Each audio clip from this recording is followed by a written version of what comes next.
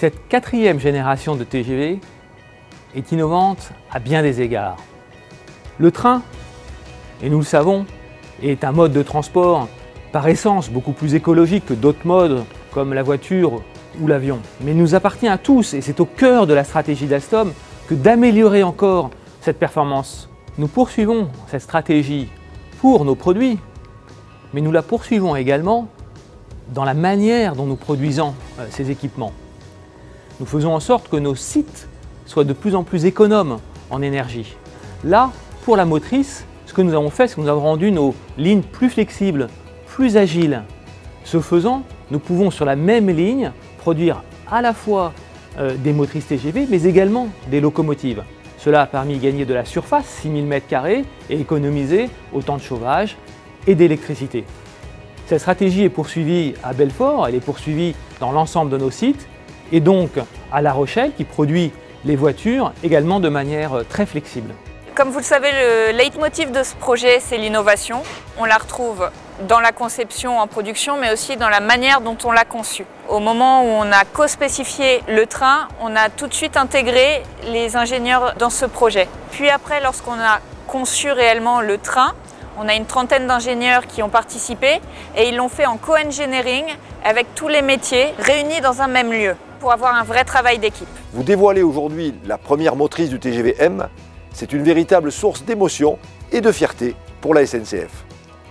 C'est la preuve que nous sommes toujours à l'avant-garde du transport ferroviaire et que nous continuons d'innover pour inventer la mobilité de demain.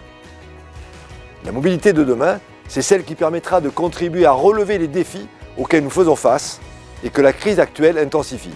Pour toutes ces raisons, le TGV M incarne l'ambition de la SNCF sur la grande vitesse. L'ambition de toujours proposer le meilleur service face à l'arrivée de nouveaux concurrents sur le marché français et de partir à la conquête d'un marché européen, lui aussi ouvert à la concurrence.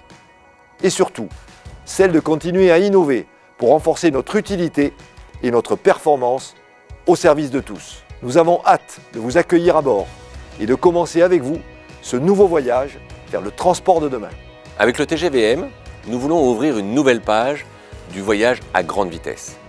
Nous nous donnons tous les atouts pour réussir notre ambition, de conquérir de nouveaux voyageurs pour le TGV et de gagner dans la concurrence en proposant le meilleur voyage possible. Tout d'abord, la modularité. On pourra en permanence adapter les TGV-M aux attentes des voyageurs. C'est aujourd'hui un de nos points faibles sur l'ensemble de nos TGV. Nous avons donc intégré cet objectif dès l'origine des travaux pour que le train soit capable de s'adapter à l'évolution du marché de transport de voyageurs et non pas l'inverse. Ce sera le premier TGV 100% connecté, avec un réseau Internet à bord au plus haut niveau d'innovation. C'est une attente majeure de l'ensemble de nos voyageurs. Nous allons proposer dans un premier temps la 4G, bien sûr, et dès que possible, nous pourrons passer à la 5G afin d'augmenter encore l'expérience de voyage de l'ensemble de nos clients.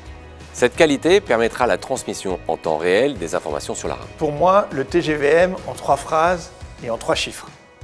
Le TGV-M, c'est d'abord moins de consommation d'énergie. Grâce à son aérodynamisme et à son système d'éco-conduite, il consomme 32% d'énergie en moins. Le TGV-M, c'est aussi plus de voyageurs et plus d'espace pour ces voyageurs. Il accueille 20% de passagers en plus et 12% d'espace en plus pour ces voyageurs, ce qui permet d'accueillir 5 fauteuils roulants au lieu des 2 réglementaires, mais aussi plus d'espace pour les vélos, pour les bagages et plus d'espace de convivialité. Le bar, en particulier, le train est le seul moyen de transport au sein duquel on peut se déplacer pendant son trajet et il faut en profiter. On découvre là le nez du TGV-M, ce qui est extrêmement important parce que c'est le premier élément du train qui va toucher l'air et donc c'est un des éléments fondamentaux de l'aérodynamisme global du train. C'est pareil sur nos bateaux, l'aérodynamique du bateau est fondamentale. Plus on va vite, plus la traînée aérodynamique est importante. Je suis ravi de pouvoir essayer de trouver un peu des idées ou des sources d'inspiration quelque part dans le travail exceptionnel que fait la SNCF pour toujours innover et inventer le train de demain.